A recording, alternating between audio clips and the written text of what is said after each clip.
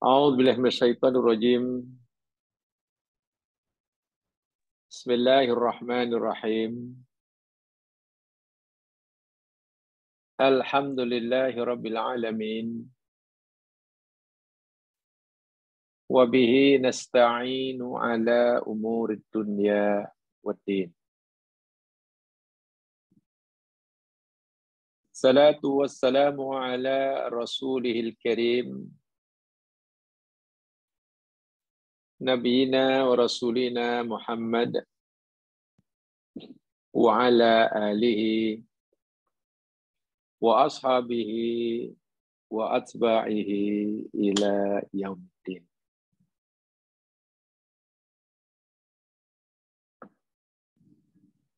Bismillahilladzi la yadurru ma'asmihi syai'un fil ardi wala fis sama' wa huwas sami'ul alim.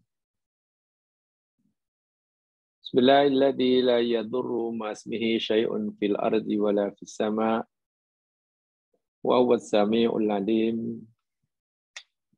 Bismillahilladzi la yadurru ma'asmihi syai'un fil ardi wala fis sama' wa huwas sami'ul alim. Allahumma anta rabbi la ilaha illa anta khalaqtani. Ana abduka wa ana ala ahdika wa wa'dika mastata'tu. A'udzu bika min syarri ma sana'tu. Bu'laka bi ni'matika alayya. Abu'u bi dhanbi faghfirli. Fa innahu la yaghfiru dhunuba illa anta. Amin ya rabbal alamin.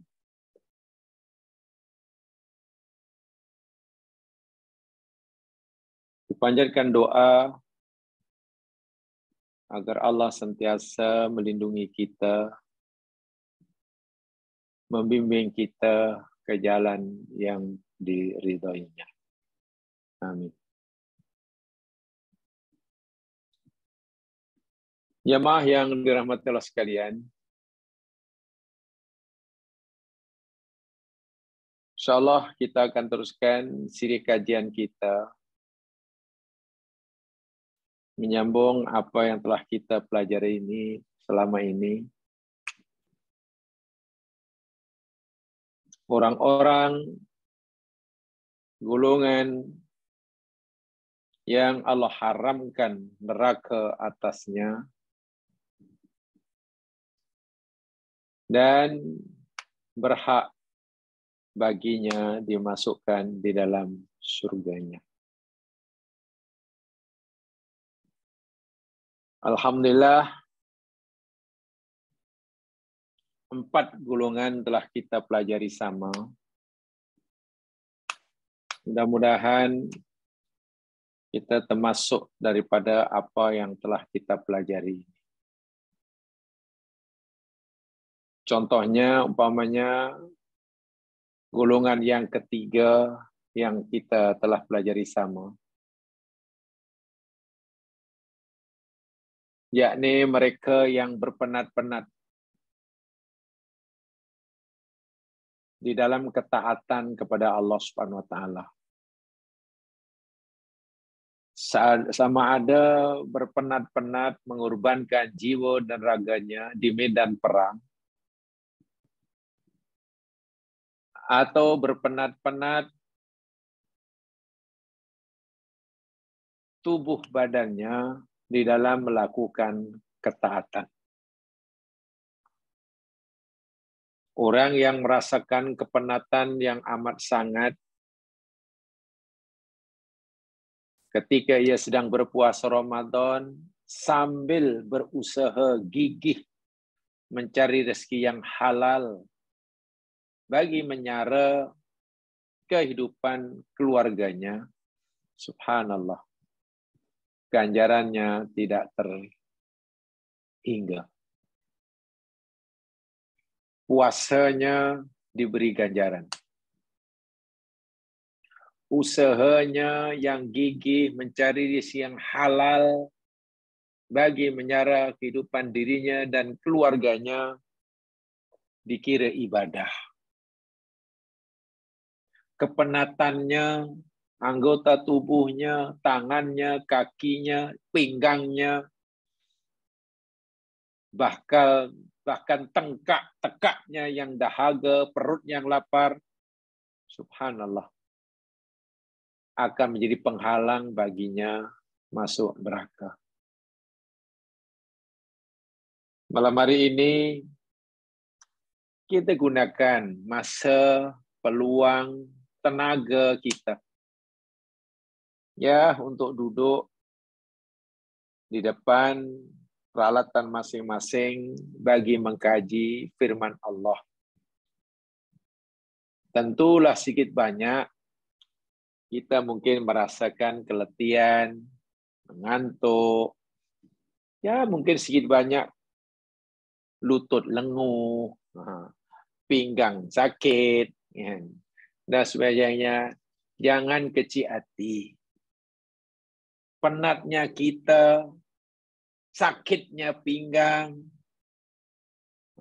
lenguhnya lutut, di dalam menjalankan ketaatan pada Allah, subhanallah, itu menjadi pendinding diri kita daripada api neraka. Itu janji Nabi SAW. Bukan poin yang ketiga telah. Sebab itulah, jika sekiranya mungkin kita tidak mendapatkan banyak ilmu daripada yang kita pelajari, kepenatan itu pun sudah menjadi pendinding kita daripada api neraka. Dan ini telah kita pelajari sama pada siri yang lepas. Majlis ilmu adalah majlis yang dicari-cari oleh malaikat Allah.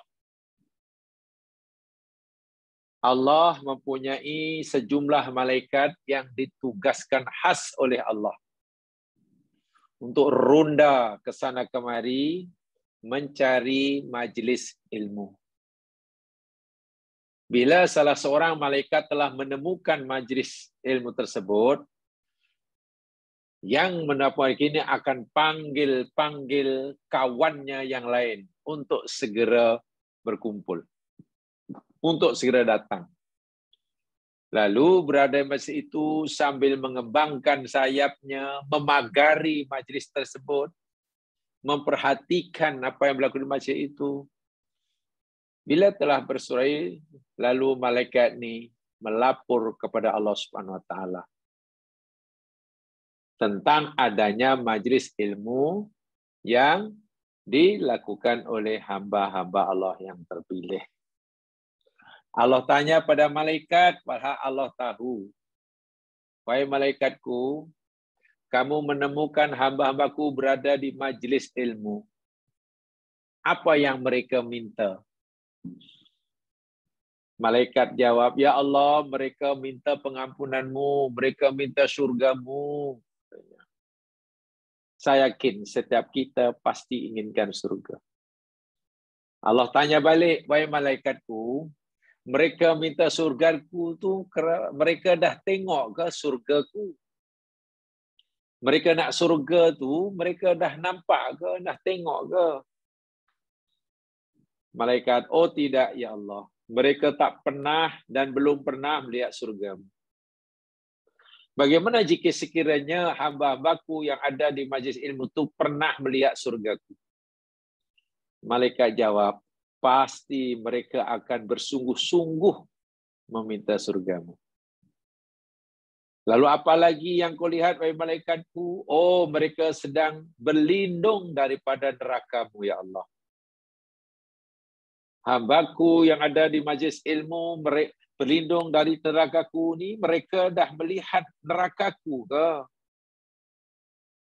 Malaikat kata, ya Allah, tidak pernah mereka melihat neraka-Mu. Apa jadi sekiranya hamba-hambaku itu pernah melihat neraka-Ku? Malaikat kata, niscaya mereka akan lebih takut kepada neraka. Lalu Allah berfirman pada malaikat, Ashhiduni anni aghfiru lahum. Wahai malaikatku, aku jadikan kamu saksi saat ini. Atau saksikan oleh kamu saat ini juga. Aku ampunkan dosa-dosa mereka. Allahu Akbar.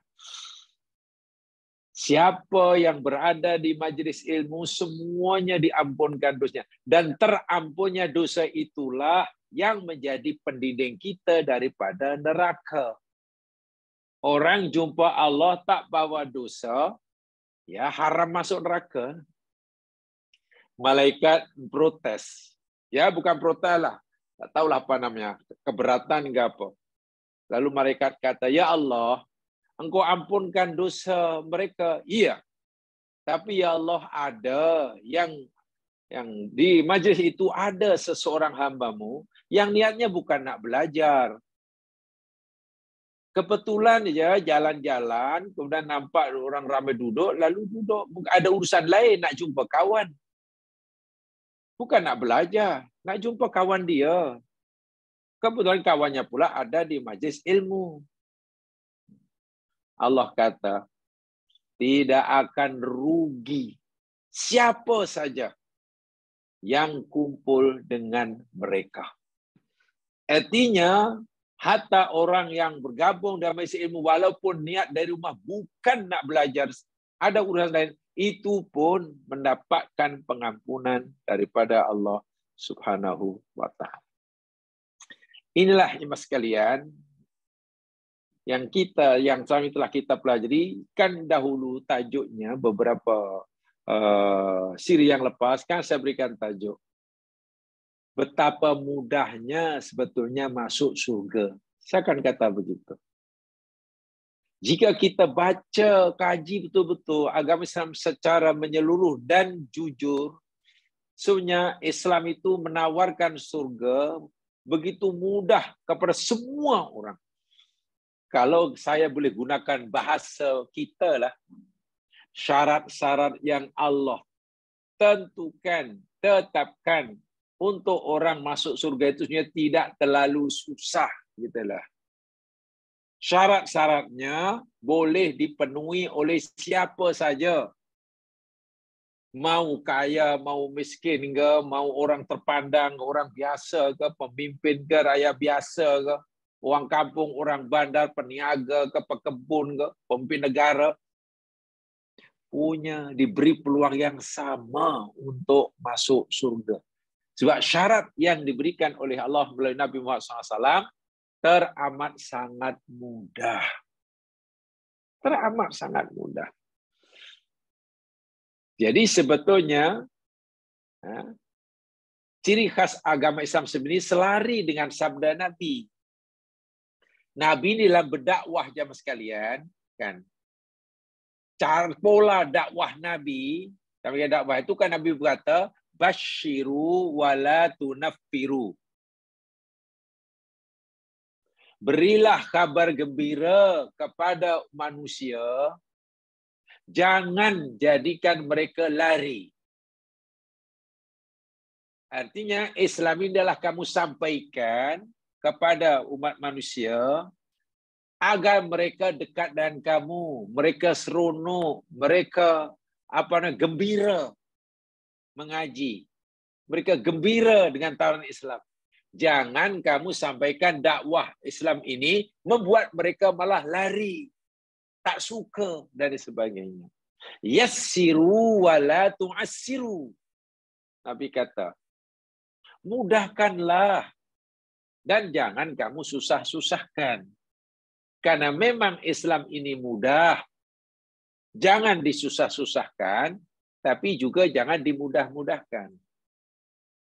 Dengan ayat yang mudah, menggunakan ayat agama, Islam ini Allah Subhanahu wa Ta'ala dengan Islamnya Nabi Muhammad yang membawa agama Allah dalam berdakwah lebih mengedepankan rahmat Allah daripada azabnya. Itu yang mustahab. Allah lebih mendahulukan, mengedepankan rahmatnya, pengampunannya daripada azabnya dan kemurkaannya. Betul Allah ada azab, betul. Allah boleh murka kepada siapa yang patut dimurkai, betul.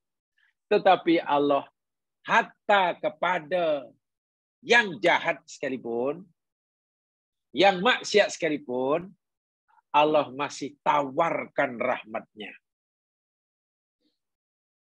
Masih tawarkan rahmat, dibuka pintu taubat seluas-luasnya. Sehingga bahasa mudahnya, kalau jamaah baca Al-Quran, di hujung ayat, satu ayat, biasanya ada dua nama Allah. Katalah Allah itu Tawwabur Rahim atau Raufur Rahim. Ada. Tawwab itu Allah menerima taubat, Rahim itu memberi rahmat. Raufur Rahim, Allah itu Rauf. Dan Allah itu Rahim. Kenapa Allah selalu menyebutkan Tawwabur Rahim? Innahu wat Tawwabur Rahim. Sesungguhnya Allah itu Maha menerima taubat dan Maha memberi rahmat. Jamaah sekalian, orang yang jahat sekalipun pada Allah, banyak maksiatnya sekalipun pada Allah, Allah masih beri peluang untuk bertaubat sehingga nyawa sampai tenggorokan. Allah tidak terus hukum dia. Kepada yang banyak maksiat sekalipun, Allah masih bukakan pintu syurga jika mereka mau. Bukan pintu surga ditutupnya, lalu pintu neraka dibuka selebar-lebarnya. Bukan. Bahkan Allah kata, taubatlah, taubatlah, taubatlah. Sehingga peluang yang Allah berikan, malam yughorgir, kata Nabi. Malam yughorgir. Sehingga nyawa sampai tenggorokan. Kenapa Allah masih beri peluang untuk bertaubat? Hatta pada orang paling jahat sekalipun. Fir'aun pun masih diberi peluang bertaubat. Allah perintahkan Musa kepada Fir'aun bahwa Allah masih beri peluang bertaubat. Masalah Fir'aun mau atau tidak, itu urusan dia. Ya, karena Allah ini Rahim. Maha pengasih. Sehingga bolehlah disimpulkan, bila Allah kata Tawwabur Rahim, kesimpulannya begini ya sekalian. Tolong dipahami betul. Allah lebih suka memasukkan hambanya yang berdosa ke dalam surganya kerana taubatnya daripada mengazabnya di dalam neraka kerana dosanya. Tolong diingat nih, dicatat. Ini penting sekali kesimpulannya. Saya ulangi. Allah lebih suka memasukkan hambanya yang berdosa ke dalam surganya kerana taubatnya daripada mengazabnya di dalam neraka kerana dosanya. Sebab itulah sebanyak manapun dosa hambanya, Allah masih beri peluang taubatlah, taubatlah. Karena Allah lebih seronok, lebih suka nak masukkan dia dalam surga. Jika ia bertaubat. Daripada mengazabnya dalam neraka karena dosanya. Oleh sebab dia tak mau taubat. Itulah sifat Allah. Sebab itu saya katakan pada awal siri ini, jalan ke surga itu terbuka luas seluas-luasnya. Jauh lebih mudah daripada jalan ke neraka. Sebab itu, sengaja dahulu saya pilihkan, kita mengaji daripada aspek tafsir ini. Sentiasa, Islam sentiasa memberi harapan kepada setiap pemeluknya, hatta kepada orang yang banyak dosa sekalipun. Islam masih memberi harapan. Walaupun kamu ni dosanya banyak, tapi kamu masih punya harapan untuk masuk surga. Jika kamu bertaubat. Jadi bukan kepada orang yang dosa aja neraka kamu. Nampaknya Allah dah tak akan terima taubat kamu. Bukan begitu. Suatu orang yang mudah, minta maaf ya, bahasa saya, orang yang mudah menerakakan orang, itu salah itu.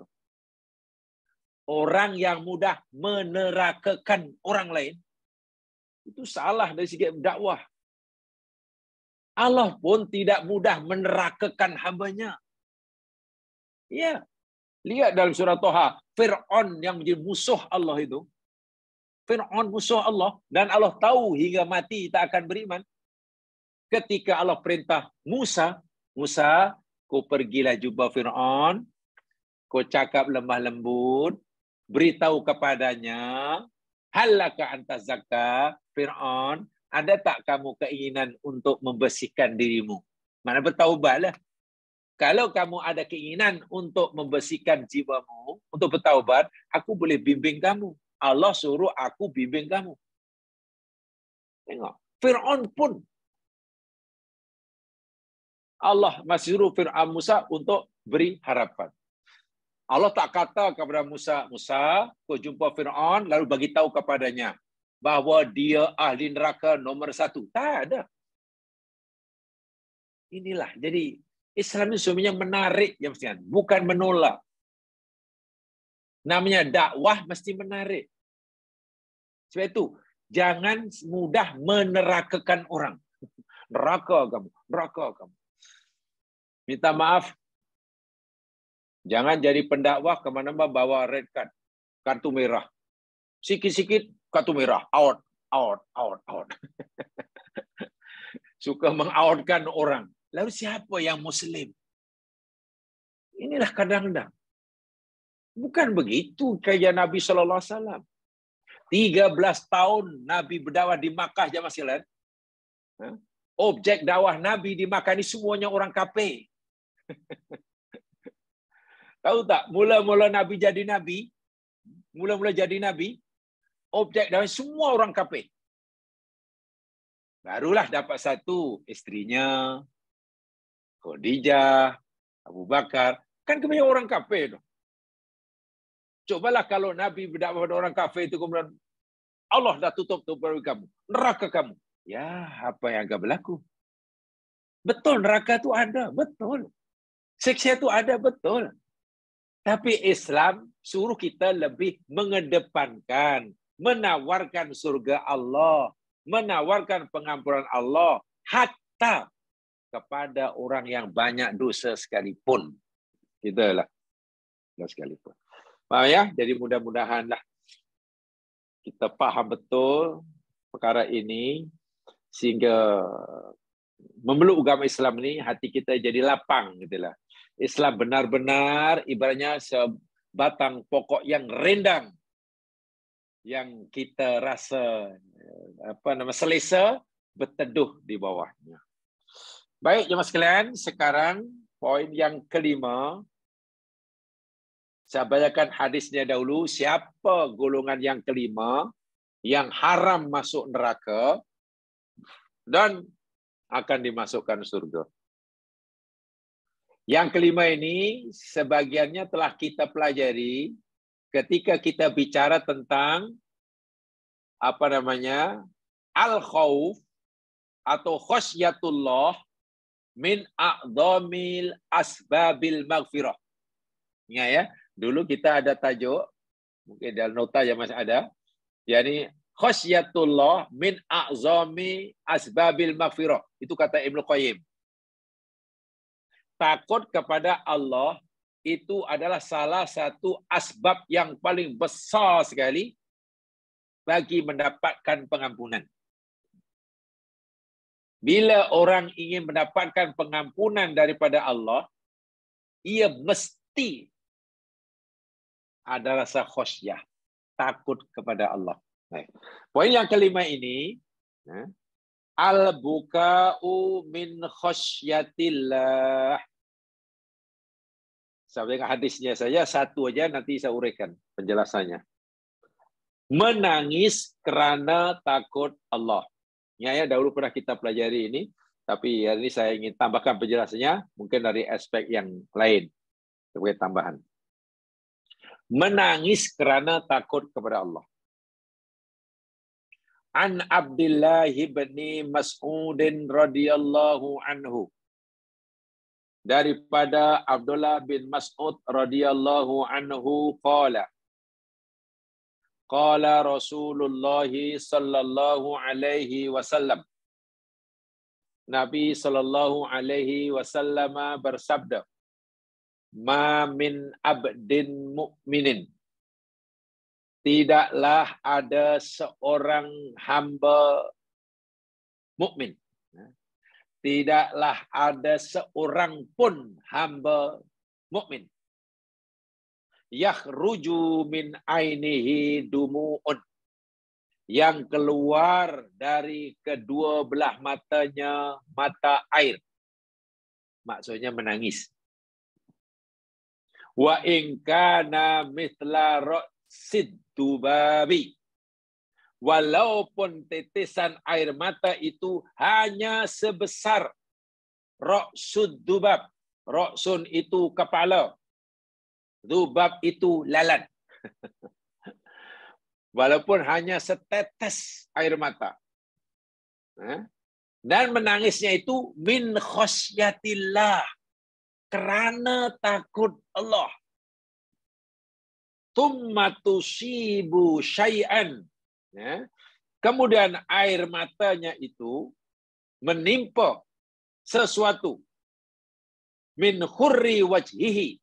Jatuh lalu menimpa mengenai wajahnya. Meleleh maksudnya. Bukan jatuh. Begini tu keluar mata, lalu meleleh, itu terkenalah mungkin pipinya.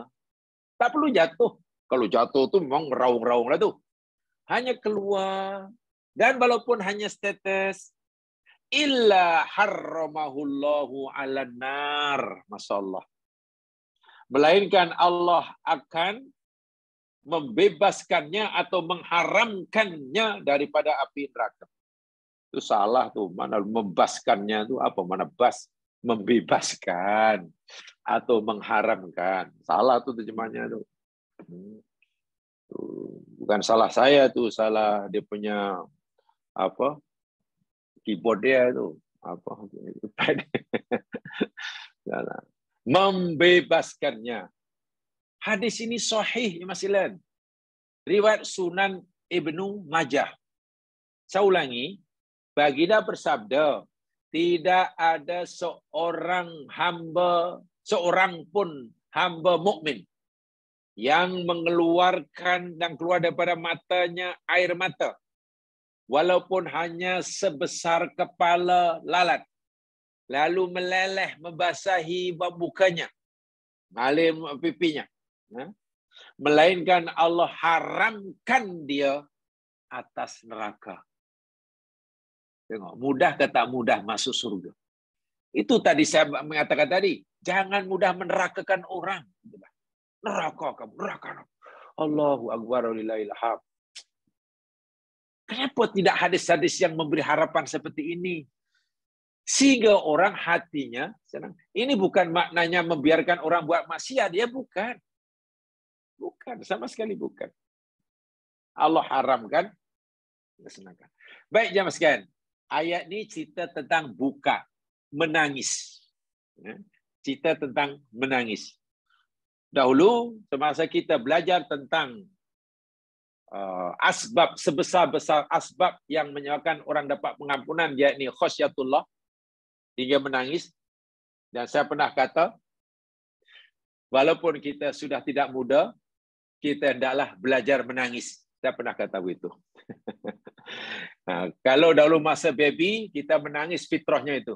Sekarang kita dah tak baby lagi, kita dah belajar menangis. Tapi menangis yang macam mana? Ini, mari kita pelajari. Sebelumnya, saya ingin cerita tentang menangis.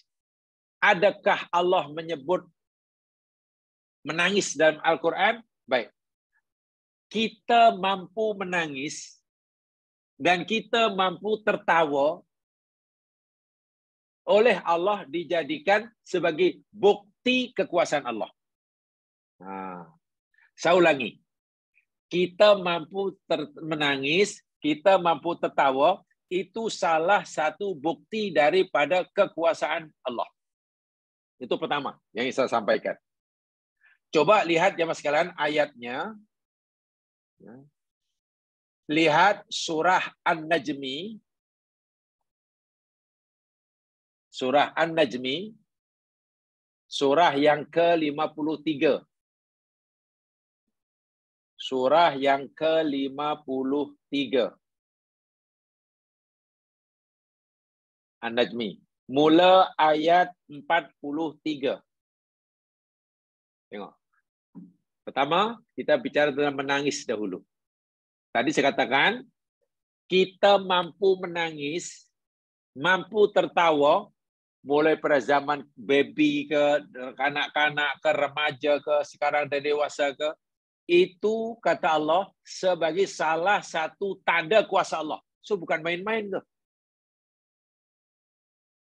Alam semesta dan isinya, kan, matahari, bintang, itu tanda kuasa Allah, betul. Tumbuhnya berbagai tumbuh-tumbuhan, itu tanda kuasa Allah, ya. Kepelbagaian kita manusia dengan bahasa, warna kulit, tanda kuasa, betul. Tapi jangan fikir tanda kuasa Allah itu hanya bumi, langit, dan isinya. Kita mampu menangis, kita mampu tertawa, itu juga tanda kuasa Allah. Ini ayatnya. Bermula daripada ayat 42.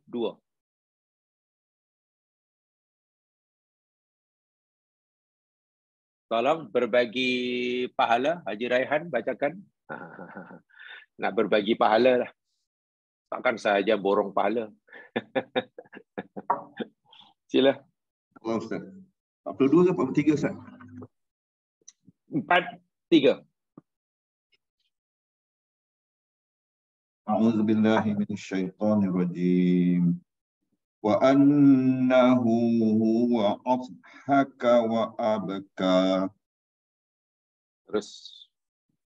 Wa annahu huwa amata wa ahya. Terus. Lagi.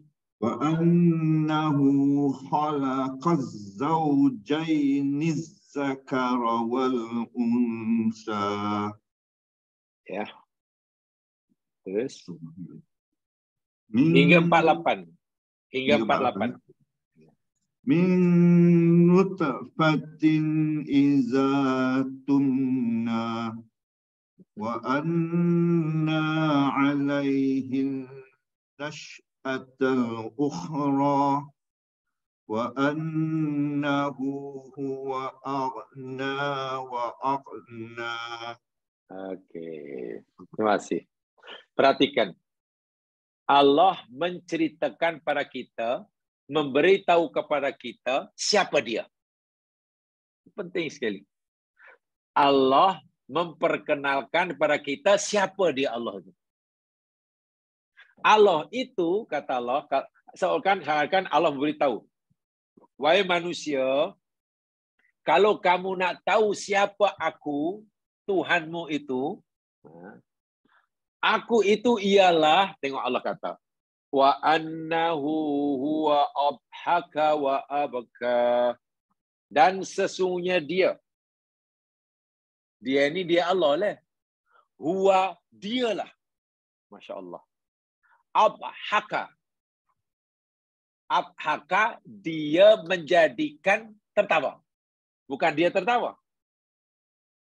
Kalau dhahika itu tertawa. Kalau adhaka menjadikan yang lain tertawa. Dalam hal ini kita. Wa abka dan dia menjadikan manusia menangis. Allahu Akbar. Tengok ya susunan bahasanya sedikit saya sampaikan susunan apa rahasia bahasa Arab ya Mas Kiran. Wa annahu, dan sesungguhnya. Itu dah taukid dah. Anna itu taukid. Kuat tu. Selepas hu itu dia. Tapi diulangi lagi. Huwa. Huwa dia. Waladu itu dah dia. Nah, bahasa Arab bila diulang-ulang macam itu namanya taukid. Sesungguhnya dia, dialah. Sesungguhnya engkau, engkaulah. Sesungguhnya kami, kamilah. Sesungguhnya mereka, merekalah. Jadi ulang. Itu dah taukid. So, dalam ayat ini ada dua taukid. Dua penguat. Satu anna, yang kedua huwa. Kenapa Allah kuatkan seperti ini? Karena seringkali orang meremehkan kemampuan baby, kemampuan kita menangis dan tertawa. Dia ingat menangis tertawa itu benda yang biasa. Tidak. Orang mungkin baru nampak kuasa Allah bila berlaku tsunami. Oh, subhanallah, Allahu Akbar. Orang baru nampak kuasa Allah bila melihat Turki gempa bumi. Ranap, oh Allahu Akbar, dasar. Allah Maha Kuasa.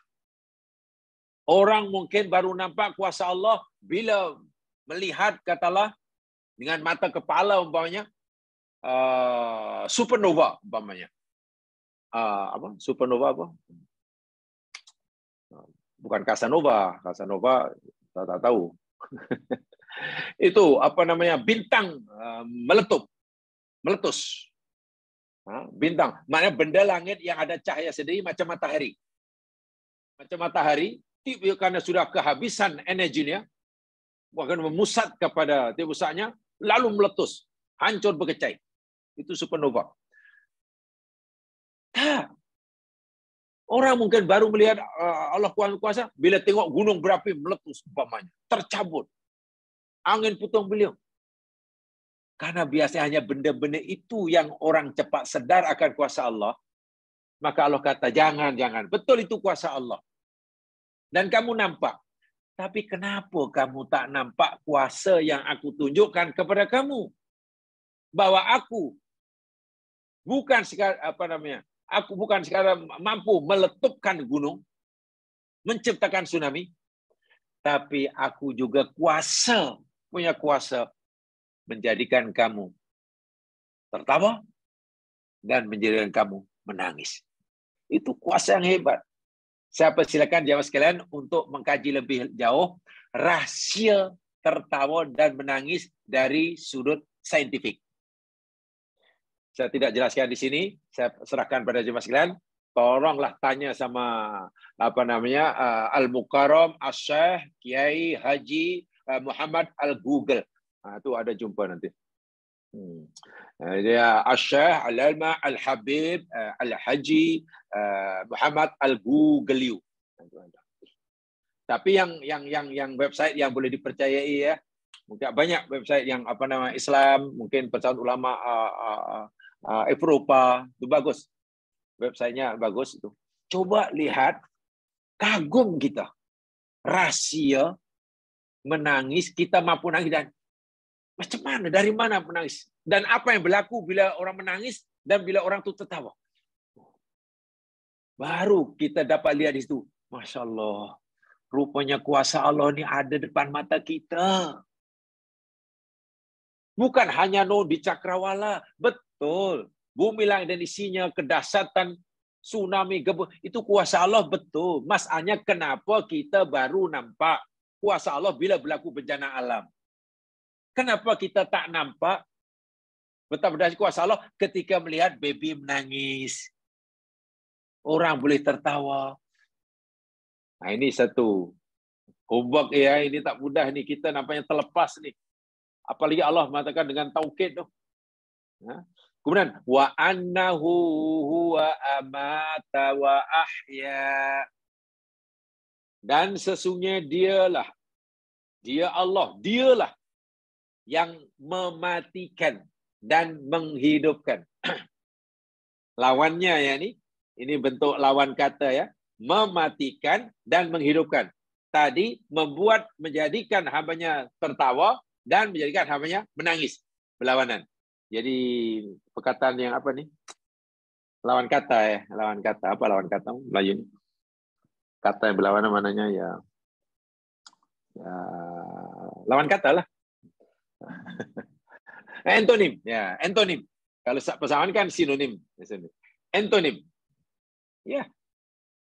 Mematikan, menghidupkan. Ini kita baru, oh subhanallah, betul lah. Allah lah yang mematikan. Allah yang menghidupkan. Kagum. Allahu Akbar. Nampak kuasa Allah kita. Tapi kita mungkin kurang nampak atau bahkan tak nampak kuasa Allah ketika tengok bayi menangis atau bayi tertawa. Orang menangis, orang tertawa. Nah, tapi kalau kematian orang atau hidup semua, itu baru nampak. Berikutnya, wa annahu khalaqaz zawjaini dzakara wal untha. Dan sesungguhnya dia Allah, dia telah menciptakan sepasang zaujain, sepasang atau dua jenis. Zaujain, zauj itu jenis, zaujaini dua jenis. Jadi sepasang lah. Tetapi bila dua jenis daripada sepasang, keduanya berbeza. Ibarat kasut kanan kiri. Ada kanan, ada kiri dan berlawanan. Gitulah. Ada malam, ada siang, ada atas, ada bawah. Jadi ada dua jenis yang berlawanan. Jadi zaujaini dua jenis yang berbeza. An-nakara lelaki, wal untha dan perempuan. Dialah Allah yang menciptakan dua jenis manusia. Ada yang jan, ada yang tina.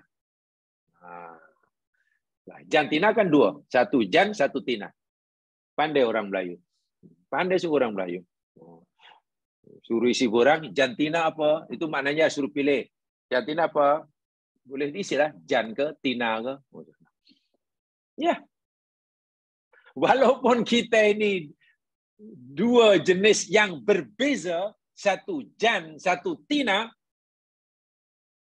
tahukah kita? Dua jenis tadi dicipta oleh Allah. Penyebab dan penentunya. Min nutfatin idza tumna. Allahu Akbar. Daripada nutfah. Apabila ia dipancarkan. Jamaah sekalian.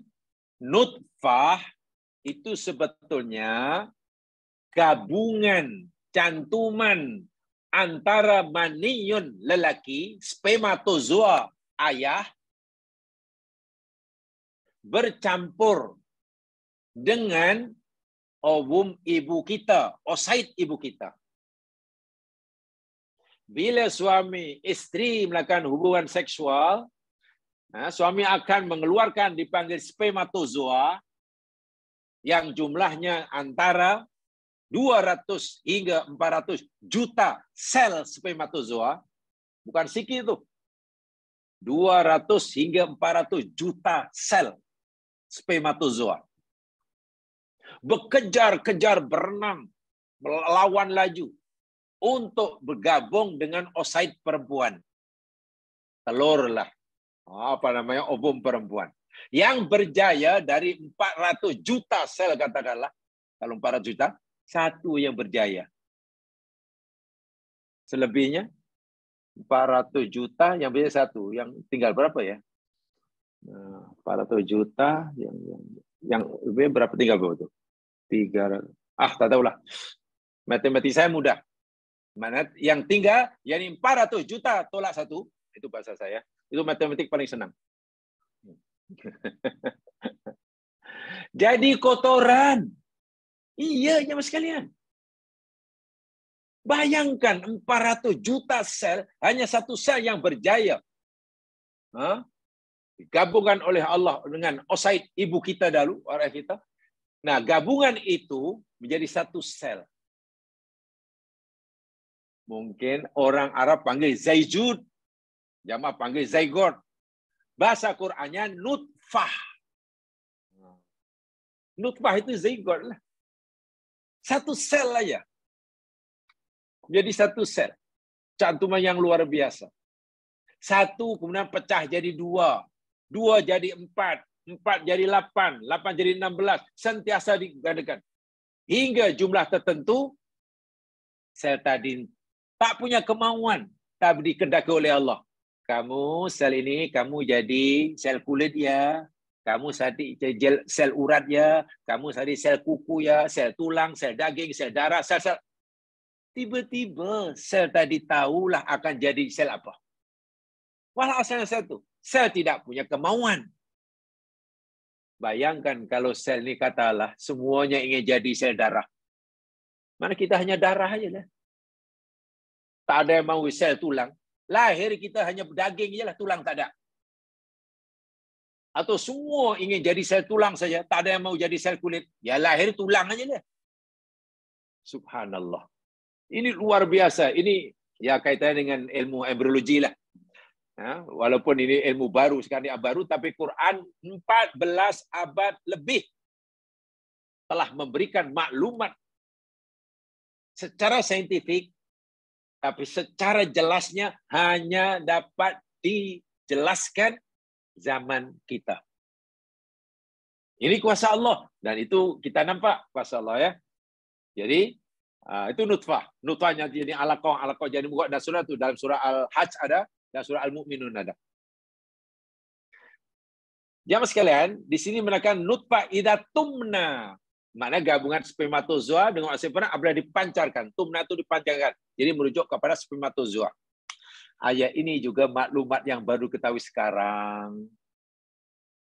Jamaah sekalian, Quran ini betul-betul Allahu Akbar ya, mukjizat ya. Pada zaman jahiliyah,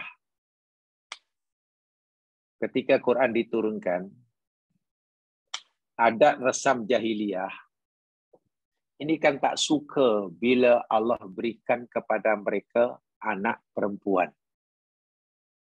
Quran cerita tu. Bila pasangan suami isteri, Allah anugerahi anak perempuan, oi bapaknya dah memang marah sungguhlah, dibunuh aja, tanam hidup-hidup. Ya. Bahkan dalam satu sirah, satu di antara perangai buruk orang jahiliyah, bila seorang isteri mengandung dah tiba masa hendak melahirkan anaknya, oleh suaminya dibawa ke tengah padang pasir. Dalam sejarah ada itu. Saya bawa ke tengah padang pasir, suaminya dah siapkan lubang. Jadi dia akan bersalin tepi dengan lubang itulah. Jika bayi yang lahir itu perempuan, terus campak dalam lubang hidup-hidup dan ditanam. Tapi jika anaknya, bayinya lelaki, ya disambut dan berbaliklah. Sampai begitu sekali. Jadi bila anak perempuan yang disalahkan isteri. Gitulah. Marah sungguh pada istrinya. Mana mungkin isteri tak pandai bersalin, beranak, asyik perempuan aja. Disalahkan isteri. Jadi isteri yang mengandung ketakutan setiap kali mengandung dan melahirkan anak. Apalagi masa itu kan belum ada zaman ya kecanggihan dokter sekarang yang boleh ditengok kan, boleh scan, boleh tengok apa namanya jenis jantina. Jadi bagi mereka bila isteri melahirkan anak perempuan salah isteri.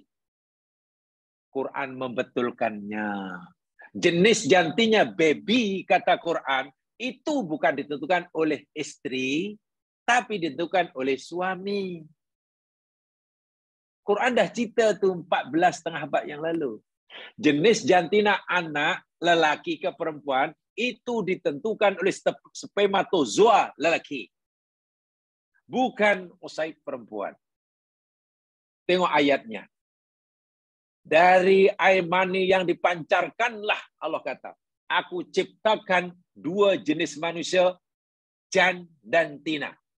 Maknanya penentu jan atau tina, sperma lelaki lah. Jelas sekali. Dalam ayat lain lagi jelas. Bukan perempuan. Dan sekarang baru diungkapkan. Kita sekarang sudah pahamlah dalam ilmu embriologi umpamanya.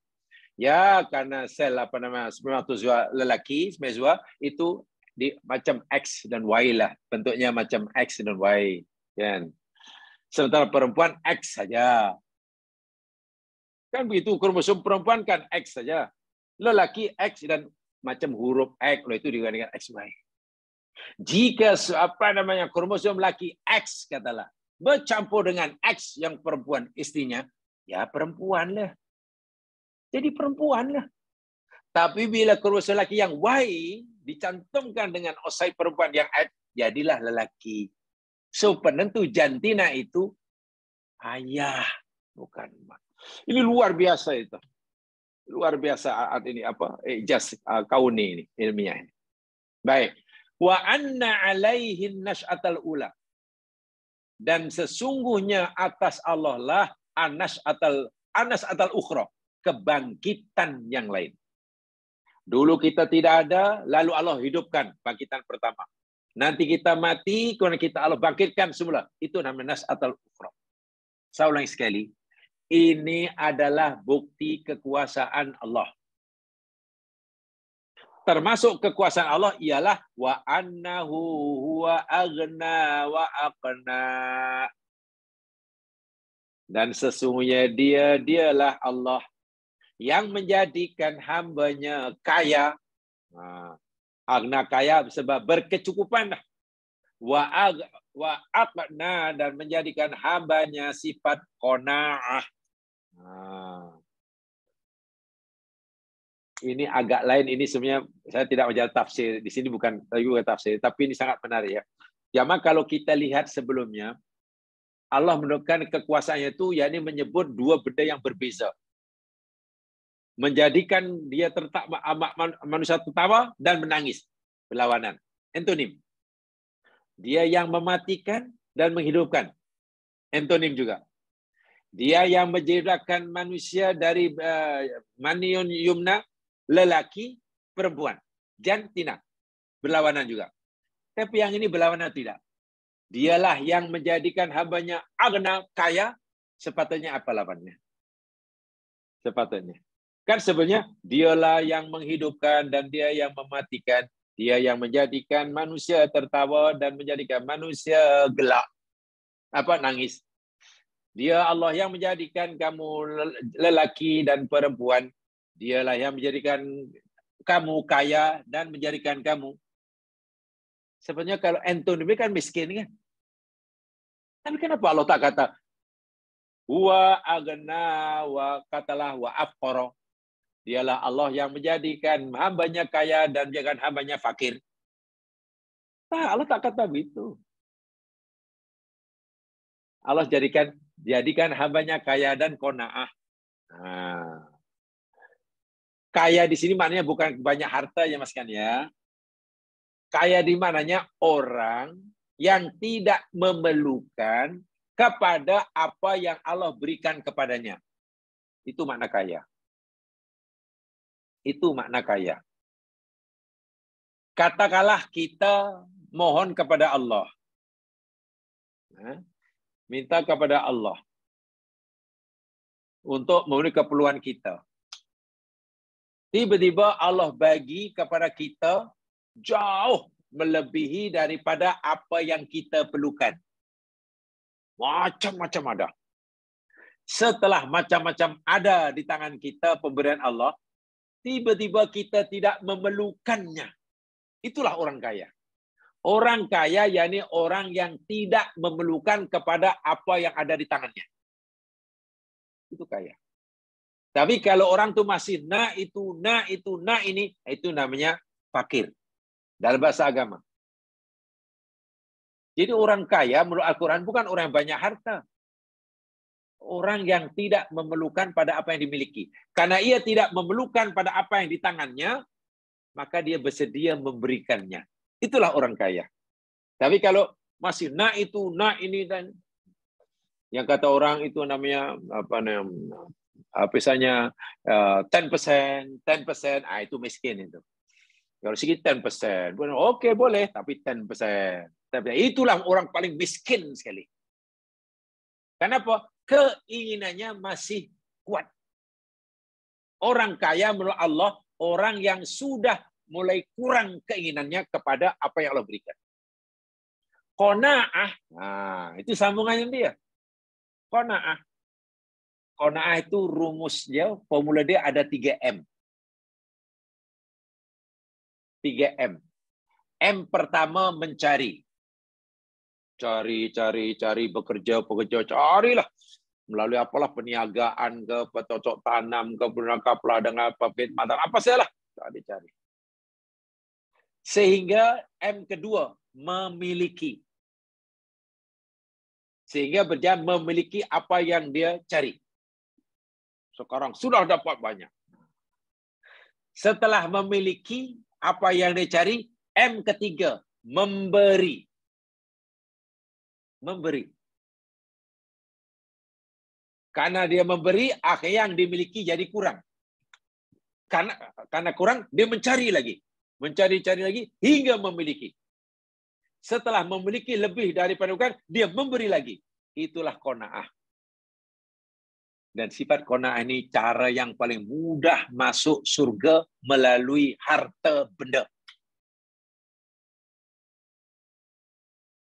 Qanaah yakni jalan paling mudah, paling dekat bagi seseorang masuk surga melalui harta benda. Syaratnya 3M ya.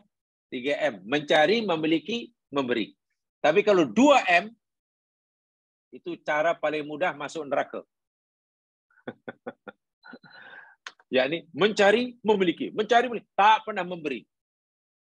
Kalau ada M ketiga pun, mencari, memiliki, menyimpan. Itu maknanya hanya menerima, tapi tak pernah memberi. Itu cepat masuk neraka. Baik, yang Isa sampaikan tadi, bila kita bicara tentang menangis, ya Mas Glenn, rupanya menangis dan tertawa ini adalah salah satu bukti kekuasaan Allah. Kekuasaan Allah. Dan ada keajaiban di sebalik tangisan, kemauan kita menangis kenapa, apa yang menyebabkan, dan juga tertawa. Saya kata tadi, saya serahkan pada jamaah sekalian, tolong cari, rasanya boleh dikaji secara saintifik ya. Saya cari saintifik boleh. Sebab ayat ini memang ayat kauniyah. Ayat kauniyah mana ayat Allah yang berkaitan dengan ciptaannya. Sehingga boleh dikaji dari secara saintifik. Boleh. Sama ada kajian nanti betul atau tidak, yang mungkin masih mendekati betul, karena akan berkembang tafsir saintifik. Nanti kita baru nampak kekuasaan Allah dalam kemampuan kita tertawa dan menangis. Artinya, kita mampu tertawa, kita mampu menangis, itu tak lepas daripada kuasa Allah. Itulah. Pada kuasa Allah. Jamaah sekalian, saya ingin sampaikan beberapa riwayat berkaitan dengan ayat ini, bab menangis ini, sebelum kita jelaskan lebih lanjut menangis karena takut Allah. Saya kutipkan daripada tafsir Al-Qurtubi. Di dalam beliau mengutip hadis Muslim daripada Ummul Mukminin Aisyah radhiyallahu anha. Beliau berkata, la wallahi ma qala Rasulullah sallallahu alaihi wasallam qattun. Ketika Aisyah memberi komentar terhadap pendapat sahabat bahwa orang mati akan disiksa, bertambah siksanya, disiksa kerana tangisan ahli keluarganya.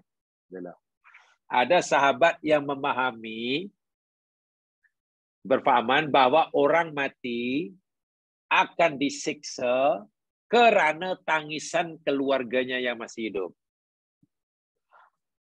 Aisyah Ummul Mukminin diberitahu perkara ini, beliau berkata, la, tidak, demi Allah, Rasul tak pernah kata macam itu. Sama sekali Nabi tak pernah kata.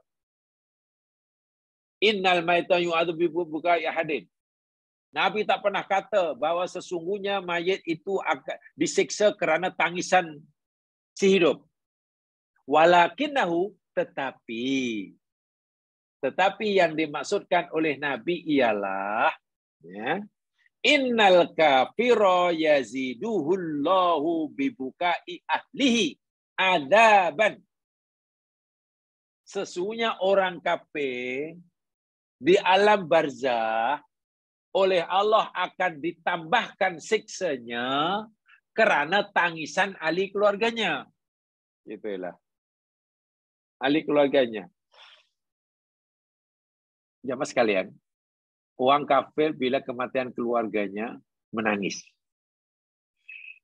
Dan tangisan itu tak tahulah. Saya ada pengalaman pribadi. Rupanya menangisi si mati itu semacam satu semacam kewajiban dalam kepercayaan mereka. Nah, mungkin untuk meringankan siksa mereka lah. Saya tidak tahu. Saya ada pengalaman pribadi, ceritanya begini. Kalau tak salah waktu itu saya baru darjah 4 atau darjah 5 gitu lah. Darjah 4 atau darjah 5. Sekolah rendah lah. Tiba-tiba tak jauh daripada sekolah rendah saya waktu itu adalah bangsa Tionghoa. Bangsa Tionghoa, orang Cina. Mati. Kan kalau Cina mati ini ditangisi oleh keluarganya dan tidak terus ditanam, bahkan satu malam, macam sini juga lah. Dan menurut kepercayaan mereka, semakin ramai yang menangisi, semakin baik. Semakin baik bagi si mati. Itulah kepercayaan mereka begitulah. Jadi karena familinya tak ramai, jadi yang menangis pun tak banyak lah. Akhirnya kita yang masih belajar tingkatan darjah 4 disuruhlah oleh Cina itu untuk menangis di tempat itu dan dibagi upah. Ya saya pun ikut lah. Mana saya tahu modal mana, walaupun pura-pura nangis saja. Dapat upah, saya tak lupa lah berapa rupiah waktu itu lah. Tak lupa. Ya gitu darjah 4 ke darjah 5 macam tu lah. Saya ingat lupa. Akhir 60-an lah. 68 ke 69 macam tu saya. Dapat duit. Jadi terpaksalah ponting sekolah. Ponting dan tak masalah. Pertama memanglah orang tua tak pernah bagi wang kocek. Manalah orang tua tak mampu, jadi pergi sekolah tak pernah lah. Bagi duit tu tak pernah. Sarapan pun kadang ada, kadang tidak. Jadi bila ada orang suruh menangis, itu lebih penting daripada pelajaran. Lebih pelajaran. Lagi pula, jemaah sekalian, kebetulan pula saya sekolah rendah ini selepas berlaku istilah Indonesia yakni G30S. G30S. Orang saya panggil G30S, Gerakan 30 September. Itu ketika Parti Komunis melakukan pemberontakan yang luar biasa, membunuh 9 jenderal yang akhirnya dapat dikalahkan, tumpas macam itu. Selepas itu berlakulah inflasi hingga 700% rupanya. Inflasi 700%. Lepas tahun 65 itu. Jadi susahlah, makan susah apa salah. Dan kami pernah sekolah rendah itu berapa tahun tak ada buku tulis. Hanya pakai batu tulis. Buku tulis tak ada. Pakai batu tulis. Jadi satu subjek pelajaran, tak tukar pelajaran, padam lagi. Tak pernah ada. Buku teks lagi tak ada. Kemudian kalau nak ada markah, pelajaran nanti dibagi markah oleh cikgu, biasanya subjek yang terakhir, lepas itu nanti balik. Ada markah, sebab markah nanti diletak kat batu tulis tu. Markah tertinggi 10.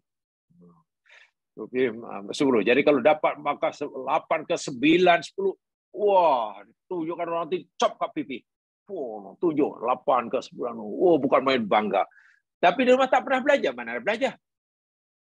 Buku tulis pun tak ada, apalagi buku rujukan, teks tak ada. Jadi memang susah. Bila sudah macam itu, duit poket pun tak dibagi, sarapan yang tidak. Buku tu tiba-tiba ada Cina nyewa kita untuk menangis. Kan menangis kerja senang. Walaupun pura-pura. Jadi mungkin kepercayaan Cina ni Mungkinlah, saya belum paham waktu itu. Bila makin ramai orang menangisinya, mungkin senang dikuburnya. Nah inilah yang guna Aisyah cerita itu. Bukan begitu masuk Nabi. Orang kafir ini di dalam kubur disiksa karena kekafirannya. Dan siksanya ditambah oleh Allah dengan sebab tangisan keluarganya. Itu maksudnya bukan orang mukmin. Orang mukmin. Ya. Itu maknanya pertama hadis ini.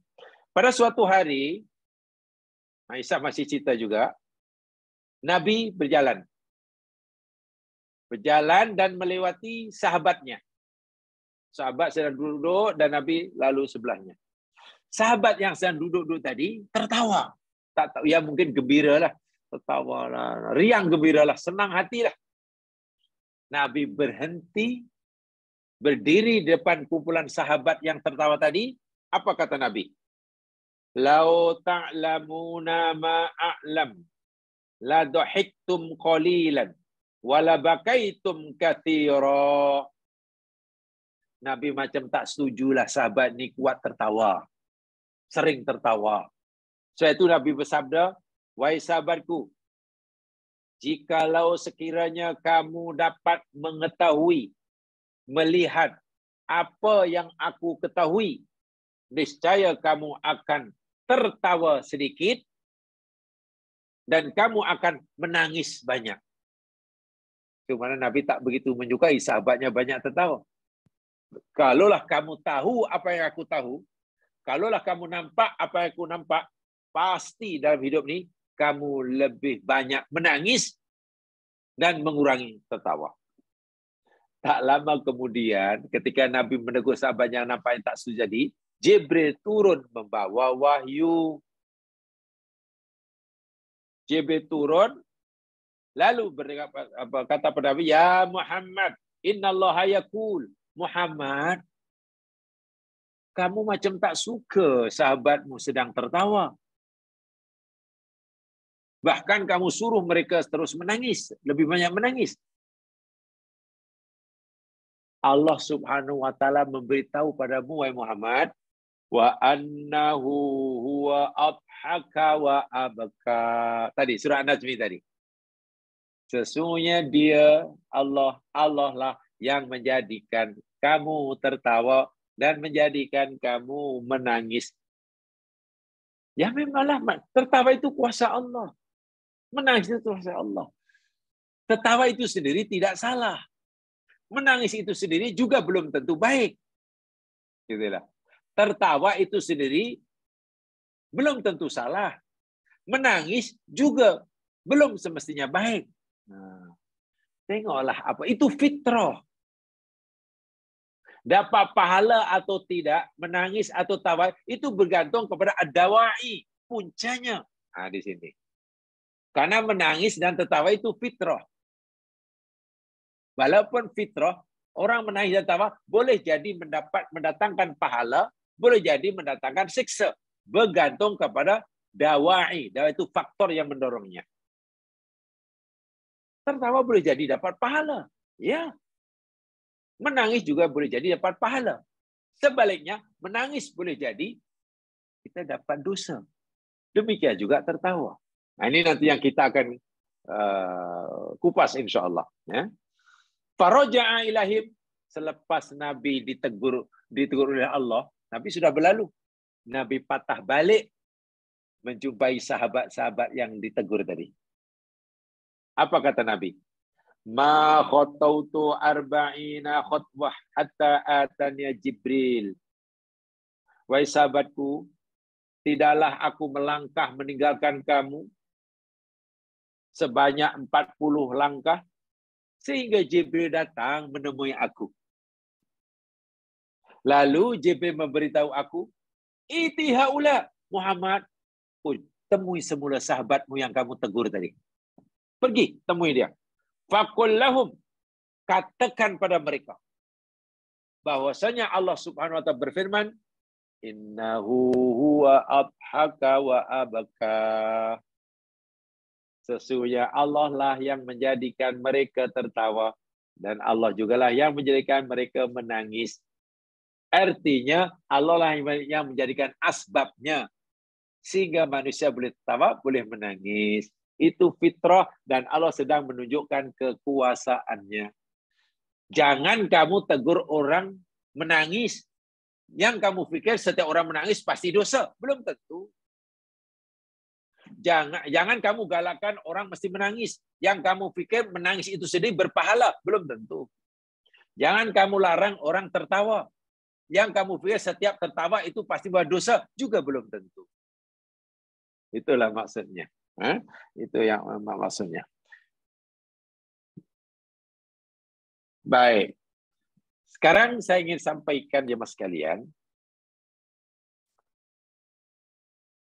Di dalam ayat tadi, di dalam hadis Nabi tadi, menangis karena takut Allah itu menjadi benteng pendinding seseorang daripada masuk neraka. Sebelum kita uraikan lebih jauh, saya ingin sampaikan apa kata Ibnul Qayyim. Ini ulama besar, Al-Imam Ibnul Qayyim Al-Jauziyah. Menurut kajian beliau, berdasarkan Quran hadis tentunya ya, karena beliau bukan seorang saintis. Beliau bukan seorang saintis. Beliau seorang ulama besar. Menurut kajian beliau terhadap ayat Quran dan hadis-hadis Nabi, menangis itu ada 10 macam, 10 jenisnya. Bukan satu. Menangis itu ada 10 jenisnya. Mana nanti yang dapat pahala, mana yang tidak, mari kita lihat dahulu ya. Yang pertama, bukaul khaufi wal khosyati. Menangis karena takut kepada Allah. Dan inilah yang dimaksudkan oleh ayat Quran. Ini yang dimaksudkan oleh hadis Nabi. Menangis karena takut Allah. Macam mana ceritanya? Nanti dijelaskan. Pahala ini. Tak kiralah buat sekarang ke malang ke bila-bila masa menangis kerana takut Allah. Yang kedua, buka urrahmati warrafati. Tangisan kasih sayang. Tangisan kasih sayang. Dan kelembutan hati. Ini pun Allah suka. Allah suka. Katalah jamaah sekalian. Tak apalah, ni saya cerita tak ada kena-mengena yang hidup maupun yang mati ya. Katalah tengok cucu jatuh lalu menangis. Tengok cucu jatuh menangis. Cepat-cepat gendong. Tengok cucu kesakitan, kita pun cepat gendong dia, menangis. Kita pun ikut menangis. Tangisan kita itu namanya tangisan rahmah. Oh, itu luar biasa itu. Itu berpahala. Kenapa Nabi kata, irhamu man fil ardi, yarhamkum man fis sama. Kasihani oleh kamu makhluk yang ada di bumi. Niscaya makhluk yang ada di langit akan mengasihi kamu. Ya. Tengok anak sedang sakit, kesakitan. Tengok pasangan hidup sedang kesusahan, kesakitan. Kita pula tak boleh buat apa-apa, apa-apa tu. Kita hanya menangis. Menangis karena rahmah. Itu luar biasa. Itu pahala itu. Itu pahala. Yang ketiga, bukaul mahabbati wasyauqi. Bukaul mahabbati wasyauqi. Tangisan kerana cinta dan rindu. Tangisan kerana cinta dan rindu. Ini Perlu penjelasan. Jika yang dicintai dan dirindui ini, ya orang yang halal baginya, itu bagus. Itu masuk tangisan rahmah. Yang dicintai dan yang dirindui menyebabkan ia menangis, itu orang yang halal dicintai dan dirindui, ini tangisan yang Allah suka. Lebih-lebih lagi bila kita mampu menangis karena cinta dan rindu jumpa Nabi. Oh. Kita baca salawat atau kita baca kisah Nabi Muhammad, perjalanan Nabi, dakwah Nabi di Makkah, kesabaran Nabi. Begitu agung sehingga kita menangis. Rindu. Rindu sungguh. Apalagi Nabi memanggil-manggil kita, segeralah kamu mendekat aku. Seakan-akan kita membayangkan kita sahabat Nabi waktu dan dipanggil. Sehingga tanpa kita sadari kita jurka air mata. Karena cinta kita pada Nabi dan rindu kita. Itu pahalanya besar. Tetapi minta maaf, kalaulah menangis karena cintanya dan rindunya kepada orang yang tak layak baginya. Menangis dan merindu. Karena dijumpa penyanyi tak betul dah. Namanya Lady Gagap. Mana menyanyi pun gagap. Dan boleh menangis. Allahu Akbar. Nah, itu dosa. Itu dosa. Yang keempat, bukaul farahi wassururi. Tangisan gembira. Tangisan karena gembira. Masya Allah, lama tak jumpa kawan karibnya. Tiba-tiba terjumpa di satu majlis yang tak disangka-sangka, kebetulan. Berpelukan sambil memberikan air mata. Itu dia, tangisan gembira. Mendengar berita, mungkin apa umpamanya, proposalnya, proposal untuk minta projek katakanlah, wah dapat kelulusan. EPU telah turun tangan lulus. Wah, menangis dia. Menangis karena mendapat berita tahun ini boleh pergi haji setelah menunggu puluhan tahun. Wah, Masya Allah. Itu luar biasa. Ya? Itu luar biasa yang tangisan seperti itu. Dapat pahala daripada Allah Subhanahu wa Ta'ala. Yang berikutnya, bukaul jazai min burudil alami wa adamil ihtimalihi. Yang kelima, tangisan keluh kesah, mengeluh karena musibah yang menimpa. Musibah menimpa, sakit dia tak mampu nak menanggungnya, musibah silih berganti karena kecewa, sedih, mengeluh, menangis. Nah, ini dosa lah. Ini tangisan dosa. Ditimpa musibah, mengeluh hingga menangis. Tangisan ini dosa. Sedangkan jika tak menangis pun bila ia mengeluh, bukan sabar, itu pun dah dosa, apalagi diikuti dengan menangis. Nah, ini jelas-jelas dosa ini ya. Yang keenam, bukaul hazani. Menangis karena kesedihan. Hazan itu atau khuzni. Bukaul khuzni itu sedih. Lawannya khauf tadi. Khauf. Biasanya begini jam sekarang.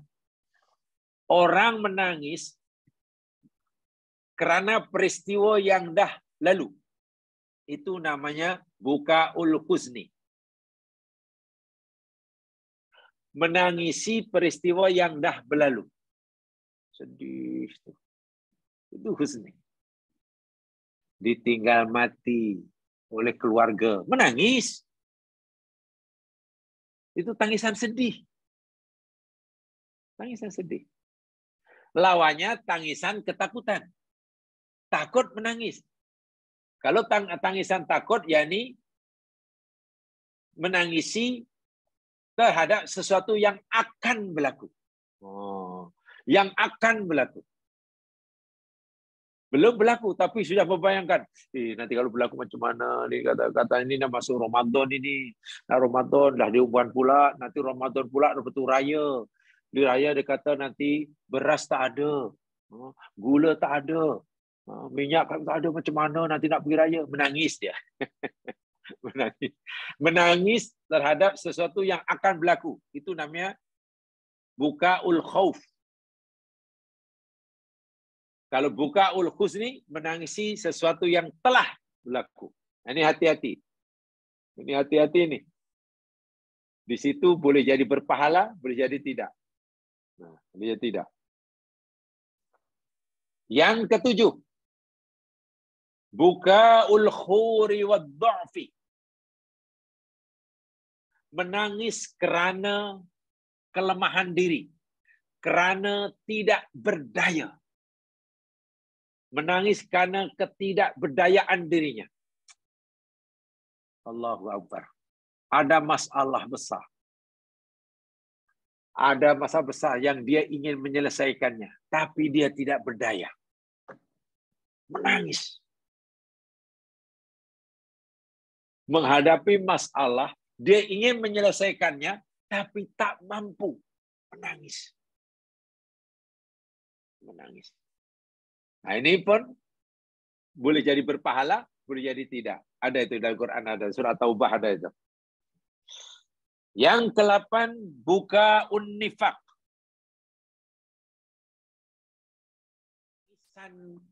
Nifaq. Nifaq itu kemunafikan. Nah, ini sama dengan istilah bahasa Melayu ya. Ini bahasa Melayu dipanggil air mata buaya. Ini air mata buaya. Tangisan nifak. Ya, mata yang menangis tapi hatinya keras. Pura-pura yang menunjukkan sedih. Pura-pura. Nah, ini jelas dosa ini. Ini jelas dosa. Pura-pura simpati tapi hatinya sebenarnya menyampah. Pura-pura ambil berat tapi hatinya sebenarnya mengatakan padan muka. Ini dosa.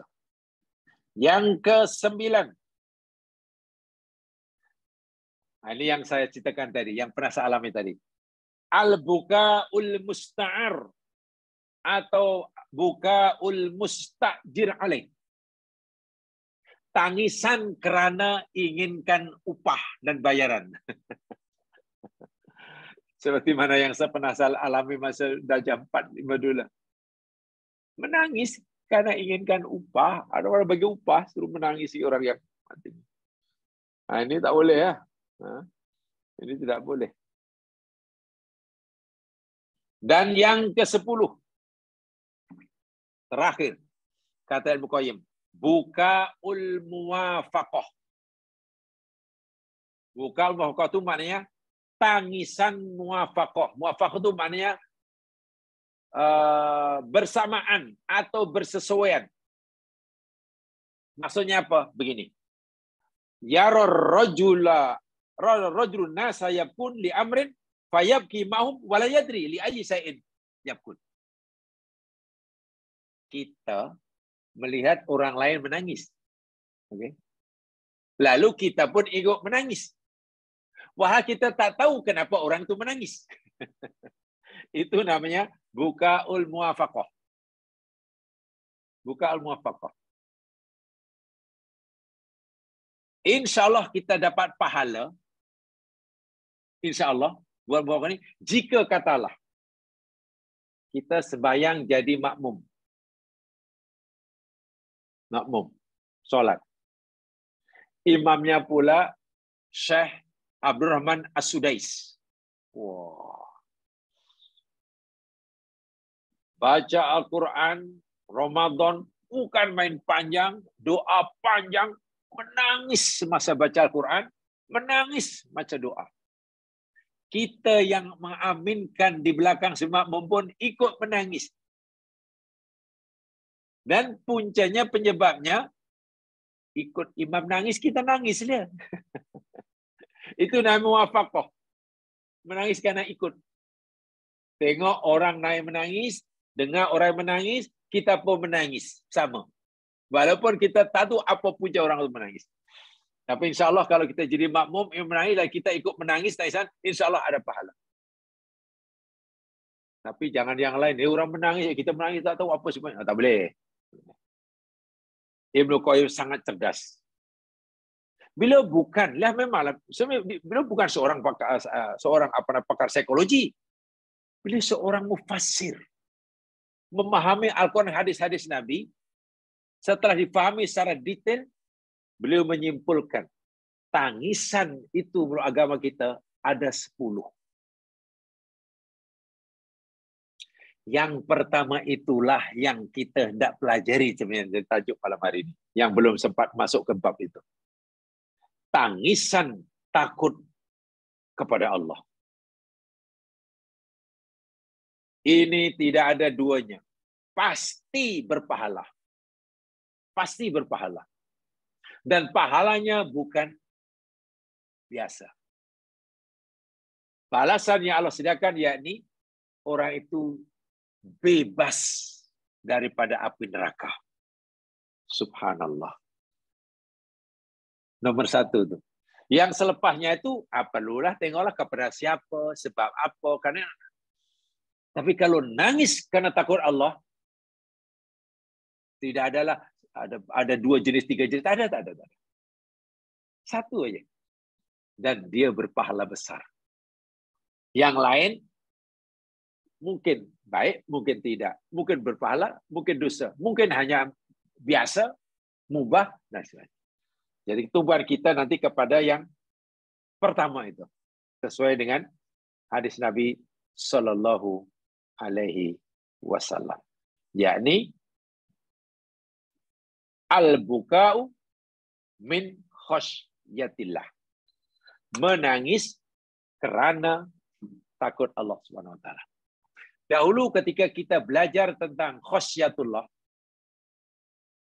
takut kepada Allah, dulu kan kita belajar kan. Kan khasyah pun ada macam-macam kan. Ada khasyah tabi'i. Betul? Khasyah tabi'i. Ada khasyah ibadah. Ada khasyah atau khauf ta'alluh. Ada khasyah atau khauf wahmiyyun. Ada 4 kan dahulu. Ada takut pun ada 4 jenis.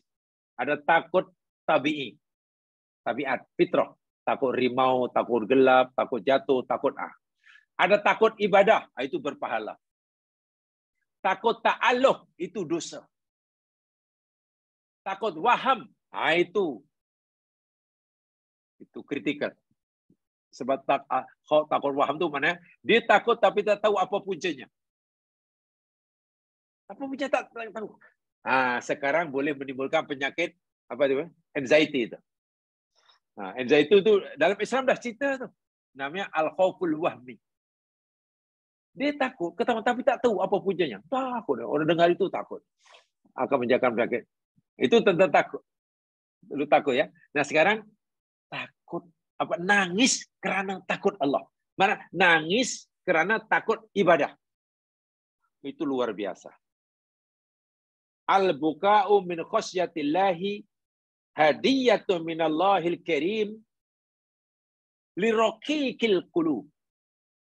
Dapat menangis karena takut Allah itu hadiah terbesar daripada Allah kepada hambanya yang lembut hatinya. Anugerah Allah yang besar pada hambanya ini macam-macam jenisnya. Satu di antaranya hadiah pemberian Allah terbesar pada hambanya bila hamba itu mampu menangis kerana takut Allah. Itu nikmat yang sangat besar. Lebih besar pada menang pilihan raya. Betul. Karena ini kesannya di akhirat. Ya, boleh dia kesan di akhirat. Fal ainu tattabi'ul qalba. Karena mata itu mengikuti hati. Seorang yang dapat menangis, mana hatinya lembut. Sehingga mata mengalirkan air mata. Fa idza raqqal qalbu dama'atil ainu. Sebab itu apabila hati ini lembut, maka mata mengalirkan air mata. Wa idza qasa qahatat. Dan bila hati ini gersang, tandus, keras, mata pun akan kering, tidak mampu mengeluarkan air mata. Tidak mampu mengeluarkan air mata. Baginda Nabi SAW bersabda dalam hadis sahih oleh Imam Tirmizi, "Laisa syai'un ahabba ilallahi." Tidak ada sesuatu yang lebih dicintai oleh Allah min qatrataini wa atharaini. Melebihi daripada 2 qatrah. Qatrah itu tetesan maknanya. Tetes. Daripada lebih, tidak ada yang lebih dicintai, sesuatu yang lebih dicintai oleh Allah melebihi daripada 2 tetesan. 1. Qatratun min dumu'in khasyatillah. Tetesan air mata karena takut kepada Allah. Wa qatratu damin tahraq fisabilillah. Dan tetesan darah karena terluka dalam peperangan fisabilillah. Hadis sahih riwayat Tirmizi. Tidak ada sesuatu yang paling dicintai oleh Allah melebihi daripada 2 tetesan. 1 tetesan air mata karena takut Allah. 2 tetesan jatuhnya setetes darah daripada luka badan di dalam peperangan fisabilillah. Subhanallah. Jadi 1 titik itu sudah mendatangkan cinta Allah. Setetes air darah jatuh ke bumi, penghapus dosa. Dan itu menjadi pendinding yang sangat kuat, tebal bagi pelakunya daripada api neraka. Itu yang selalu saya katakan. Hakikatnya masuk surga ini dimudahkan oleh Allah. Dan setiap seseorang punya peluang yang besar. Sangat-sangat besar. Sangat-sangat besar. Dan tidaklah susah untuk kita amalkan. Sebab saya katakan, sengaja kita pelajari, kita telah sampaikan, kita belajar agama yang betul-betul menyenangkan hati kita, memberikan harapan kepada kita, membuat kita bersikap optimistik, dan mudah dilakukan, senang dan seronok melakukannya. Nyawa sekalian, untuk sementara itu saja yang saya sampaikan. Masih banyak ya yang perlu kita pelajari untuk bab ini saja. Menangis karena takut Allah. Ada 10 jenis menangis. Yang pertama saja yang pasti menjadi pendinding daripada api neraka. Yang 9 selepasnya itu boleh jadi iya, boleh jadi tidak. Boleh jadi iya, macam itulah. Jadi iya, boleh jadi. Dan seterusnya. Jadi perlu penjelasan. Kita belajar yang pertama itu. Mudah-mudahan memberikan pengajaran bagi saya. Alhamdulillah. Kalau dapat kongsi bersama, kurang lebihnya mohon dimaafkan. Yang benar daripada Allah Subhanahu Wa Taala, yang silap kelemahan saya sendiri. Mari kita dengan bacaan tasbih kifarah dan surah wal asr. Subhanakallahumma wa bihamdika asyhadu an la ilaha illa anta astaghfiruka wa atubu ilaik. A'udzu billahi minasyaitonir rajim. Wal 'ashr. Innal insana fi khusr. Illa alladziina aamanu wa 'amilus shalihaat. Tawassaw bil haqq. Tawassaw bis sabr. Assalamualaikum warahmatullahi wabarakatuh. Waalaikumsalam warahmatullahi wabarakatuh. Waalaikumsalam warahmatullahi wabarakatuh. Terima kasih Ustaz.